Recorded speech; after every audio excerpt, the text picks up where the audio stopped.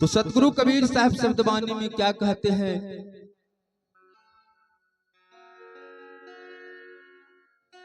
कि यह संसार एक नौका के समान है। जिस तरह नदी में नाव भासती है उसी तरह मानव यह संसार में भासते हैं। अगर नाव पर अगर पतवार अगर रहता है तो नाव अड़ जाता है। उसी तरह मनुष्य को कहा कि यह संसार में सत्संग नहीं होगा तो उनके पास ज्ञान नहीं होगा, नहीं तो नौका की तरह भास जाएगा। उनको कहीं डार पात नहीं मिलेगा जो वह पकड़ कर करके वह रुक सकता है। तो सतगुरु कबीर साहब की शब्दवाणी को हम लेकर के चलते हैं तो यह जीव आत्मा को शांति मिलता है और जीव आत्मा यह संसार से परम धाम को जाता है।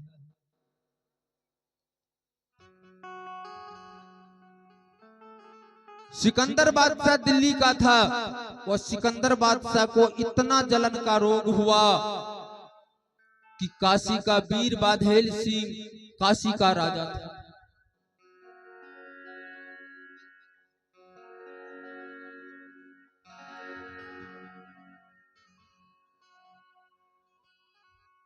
आइए दान स्वरूप में आया है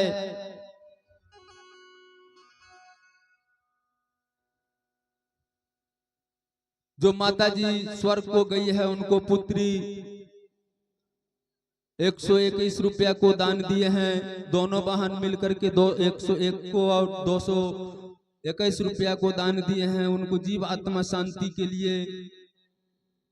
सतगुरु की कृपा से उन्हें जीव आत्मा को शांति मिले। दाता की जय हो, दानी की जय हो। सिकंदर बादशाह कहां पहुंच गए तो काशी। सिकंदर बादशाह को ऐसा बीमारी हो गया कि पूरा शरीर में जलन होने लगा। वह काशी की राजा वीर सिंह बाधेल था, उनको पास पहुंचा। वह वीर सिंह ने कहा कि सरकार आपके शरीर में क्या हो गया? आप तो कितना हट्टा कट्टा हेल्थ था आपको, लेकिन आप नित दिन आपको देख रहे हैं, यह शरीर में क्या हो रहा है? सिकंदर बादशाह कहा कि वीर सिंह हमारी शरीर में ऐसा रोग है कि यह रोग न डॉक्टर से ठीक हुआ, न कोई राजवैद्य से ठीक हुआ, न कोई मंत्र से ठीक हुआ, कहीं ठीक नहीं हुआ है। अब मैं जो है यहाँ से कुछ दिन के बाद यह संसार से विदा हो जाऊंगा। वह सिकंदर बादशाह वह राजा वीर सिंह से कहा। राजा वीर सिंह सतगुरु कबीर साहब से गुरुमुख हो चुका था और उनको जो है सारा शब्दवाणी कबीर साहब उनको दे चुका था। तो राजा वीर सिंह कहा सिकंदर बादशाह से कि राजा साहब आपने सारा संसार में वैद्य से हार गया, डॉक्टर से हार गया, लेकिन एक हमारे गुरु है, वह गुरु के पास अगर चलो तो कहें अगर उनको कृपा होगा तुम्हारी यह रोग ठीक हो जाएगा। सिकंदर बादशाह कहा कौन सा गुरु है, कहाँ है वह तुम्हारा गुरु? कहा मेरा गुरु वही है जो निर्धन परिवार का व्यक्ति है, वह नीरू जुलाहे का पुत्र है, उनका नाम कबीर है। सिकंदर बादशाह का अरे कबीर को नाम तो मैं सुना था, लेकिन कबीर से मुझे आज तक दर्शन नहीं हुआ, लेकिन वह जात का तो आछोत है। कहा यही तो आपके पास भ्रम है। जब कबीर साहब यह कलयुग में कालो काल कलयुग में जब आया तो सबको चेताना शुरू कर दिया, क्षुद्र से लेकर के ब्राह्मण तक। लेकिन आप कहते हैं वो आछोप है। सिकंदर बादशाह को तो शरीर में जलन था, सिकंदर बादशाह को चैन नहीं था, लेकिन फिर भी वह राजा वीर सिंह से कहा तो ठीक है, तो हमें ले चलो तुम अपने गुरु के पास, अगर मैं ठीक हो जाऊंगा तो मैं उनसे ही गुरसिंह हो जाऊंगा।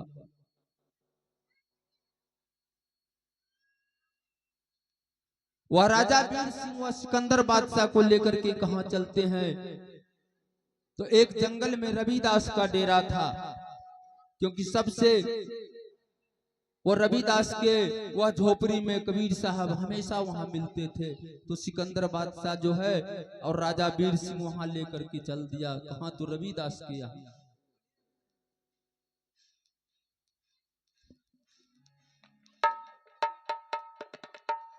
जब रविदास के यहाँ जब सिकंदर बादशाह और वीर सिंह राजा बाधेल जब पहुंच गया तो रविदास से आवाज लगाया, लेकिन रविदास कहा कि राजा साहब कबीर साहब यहाँ नहीं है अभी। वो कबीर साहब पहुंच गया है अपने गुरु रामानंद स्वामी के पास, अभी वहीं मिलेगा, यहाँ नहीं मिलेगा। अब सिकंदर बादशाह और कबीर राजा वीर सिंह बाधेल ये दोनों वहां से चल दिए। कहां? तो रामानंद स्वामी के पास। रामानंद स्वामी के पास आश्रम के पास जब पहुंच गया, गेट को बाहर रह गया तो वहां गेट वाले दरमान से कहता है, कौन? वीर सिंह बाधेल, हेलो, कि तुम जाकर के स्वामी जी से कहो कि दिल्ली का राजा सिकंदर बादशाह और काशी का राजा बाधेल सिंह यहाँ आया है। रामानंद स्वामी कहा ऊंचा स्वर आवाज में कि सिकंदर बादशाह मोगल पठान मुसलमान है, मुसलमान से मिलना नहीं चाहता। लेकिन सिकंदर बादशाह को जो है वह कान में सरबन पहुंच गया। सिकंदर बादशाह पहले राजा के साथ खंजर रहता था। सिकंदर बादशाह को इतना जोर क्रोध हुआ कि रामानंद स्वामी को वहां अपने खंजर से काट दिया। बोलिए सतगुरुदेव की जय। क्रोध इतना ही खराब होता है, अहंकार इतना खराब होता है कि अहंकार को रोकने वाला कोई नहीं। उतने ही समय में देख रहा है कि कबीर साहब सर पे लाल सफेद टोपी लाल कलंगी लगाए हुए वो आ रहे हैं। तो राजा वीर सिंह बाधेल को नजर पड़ गया। कहा कि सरकार, मेरा गुरु कबीर साहब देखिए वो आ रहा है, अब उनसे दर्शन हो जाएगा।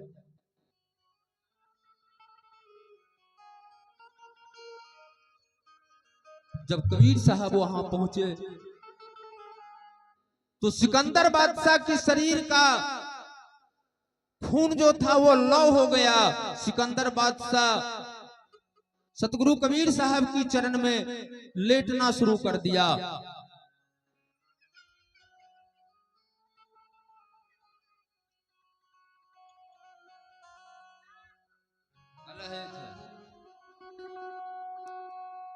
कबीर साहब कहा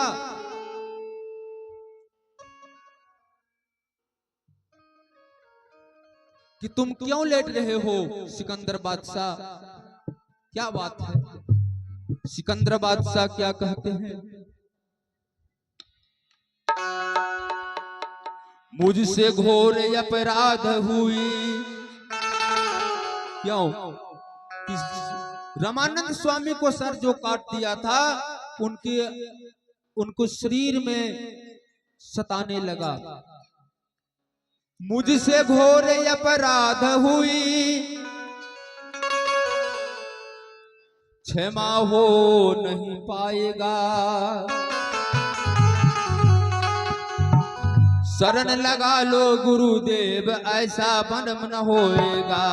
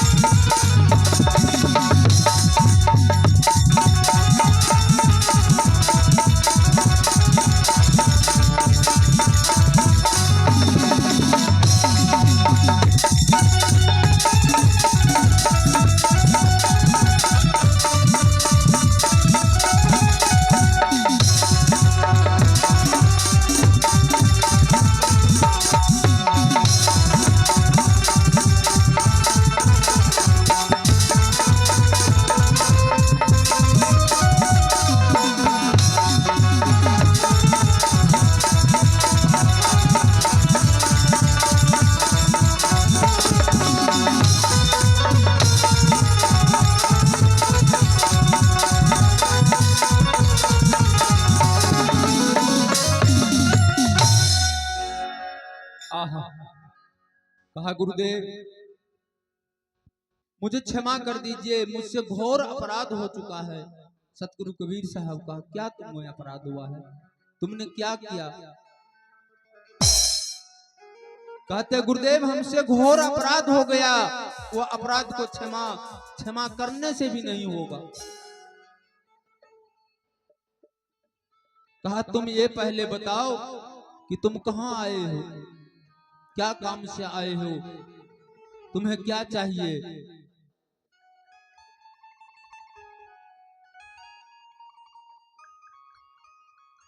वो सिकंदर बादशाह कहा कि गुरुदेव हमने डॉक्टर से थक गया, राजवैद्य से थक गया, तंत्र मंत्र करने वाले से थक गया, लेकिन मेरा शरीर का जलन रोग जो है सही नहीं हुआ। मैं आपको चरण में आया हूं, मेरी यह जलन रोग को सही कर दीजिए।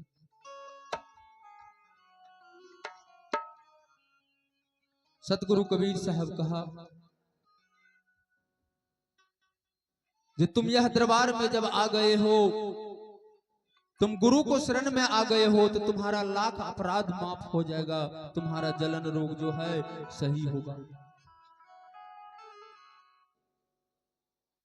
लेकिन सिकंदर बादशाह को आत्मा जो था वह गलती को हमेशा स्वीकार करता था कि हमने रामानंद स्वामी को सर काट चुके हैं, वह कैसे जिंदा होगा।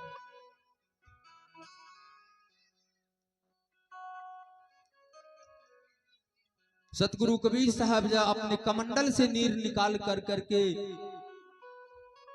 वह सिकंदर बादशाह को जब शरीर पर जो दिया, तो उनको शरीर कंचन काया हो गया, उनको शरीर सारा रोग जो था वह खत्म होकर करके निर्मल हो गया।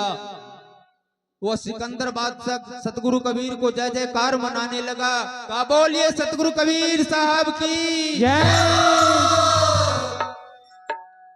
अगर हम सच्ची आत्मा से गुरु को पुकारते हैं तो गुरु हमारे हृदय में।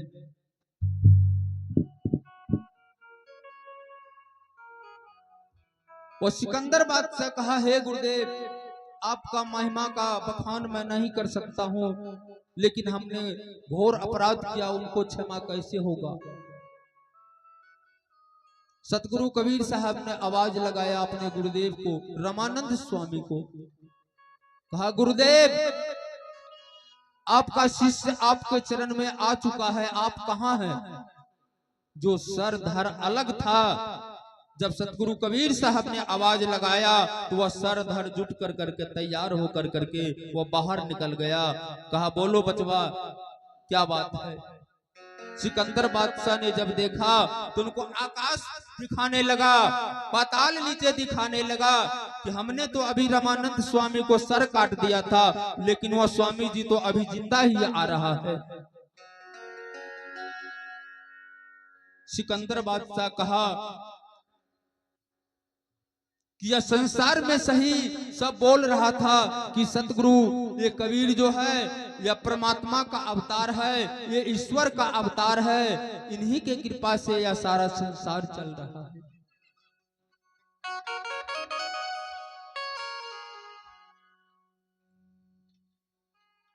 सतगुरु कबीर साहब वहां से वीर सिंह बाधेल को और सिकंदर बादशाह को दोनों को वहां से चल दिए।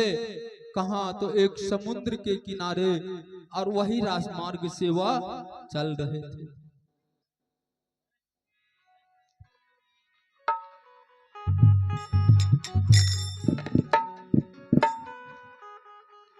बाबूजी छोरबा के देखे छिए उंघा रहले हैं, रात 12 बजे रात में सुतले हैं, त्या छोरबा उंघा रहले हैं।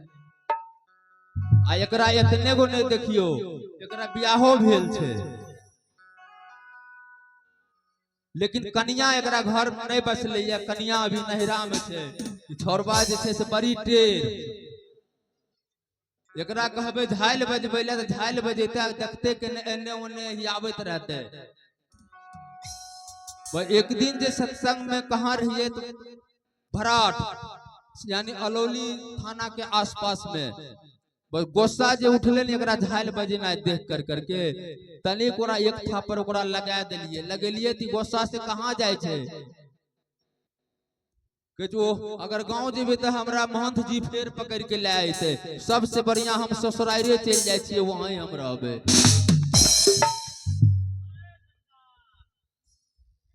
ई छोरवा जब ससुराइर भाग के गेले त कनियात रहे बिना गौना के आ उ गांव के रुसुम रहे कि बिना दुरागमन के दुल्हा गांव नहीं अइते।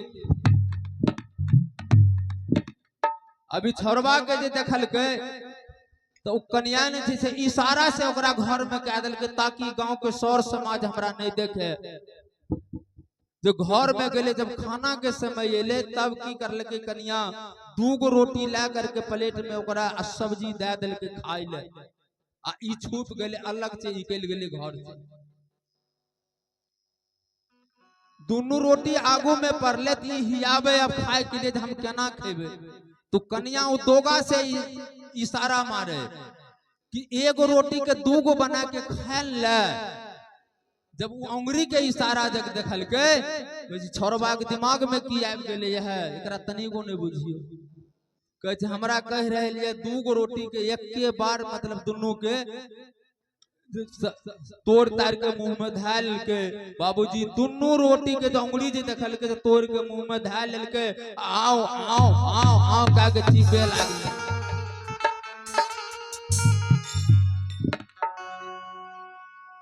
यहन मुरुख छे इशारो के नहीं समझे छे कि 2 गो अंगुरी जे बदल के एकर मतलब कहे छे 1 रोटी के 2 गो बना के खाइले।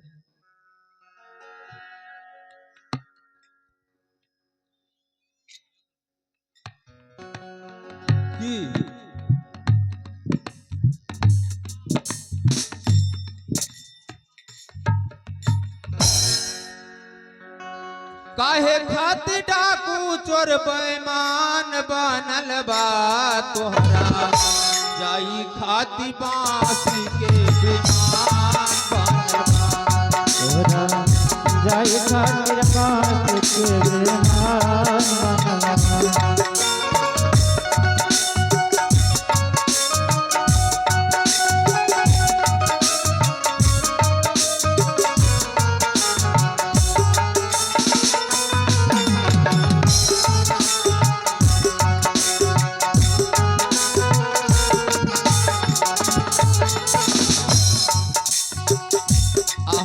सतगुरु कबीर साहब कहते हैं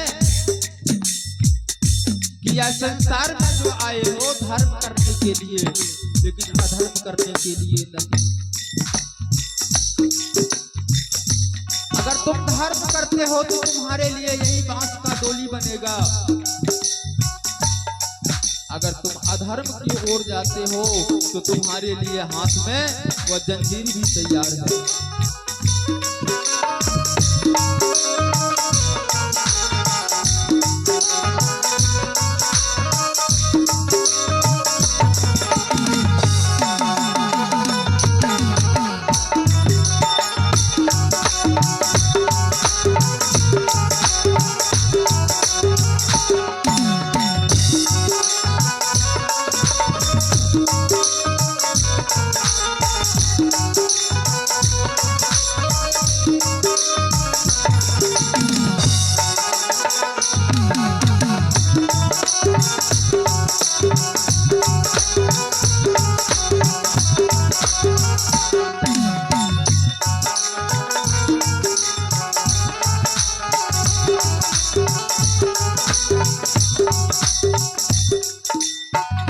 धन दौलत